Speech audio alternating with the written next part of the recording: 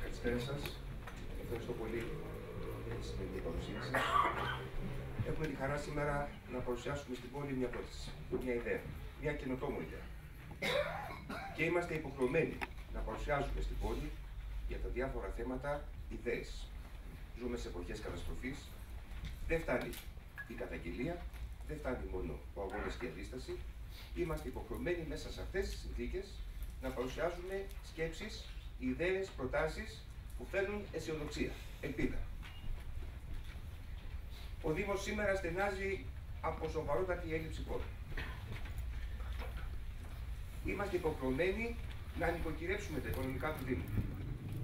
Είμαστε υποχρεωμένοι να προσανατολίσουμε τους πόρους του Δήμου σε δραστηριότητες που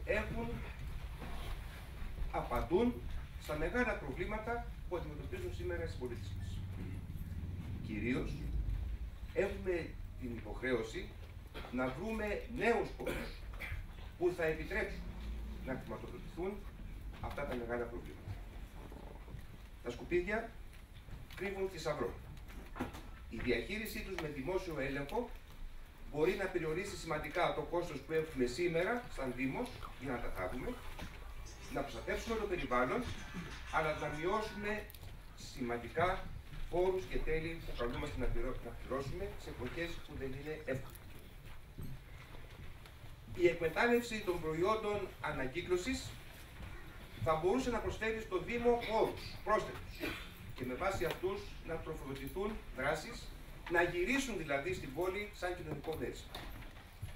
Η διαχείριση ενέργειας θα μας παρουσιάζει ο καθηγητής ο κ. Στέλης Τύπας, προσφέρει ένα πρωτότυπο υπόδειγμα στην πόλη μας που θα μπορούσε να απλωθεί και σε άλλες γειτονιές της πόλης, που προσφέρει όχι μόνο απλά μεγάλη εξοικονόμηση πόρων, όχι μας εισάγει σε τεχνολογίες που είναι φιλικές στο περιβάλλον, αλλά είναι δυνατό να δημιουργήσουν θέσεις εργασίας, να δημιουργήσουν μια διαφορετική προσέγγιση αντιμετώπισης των προβλημάτων της πόλης.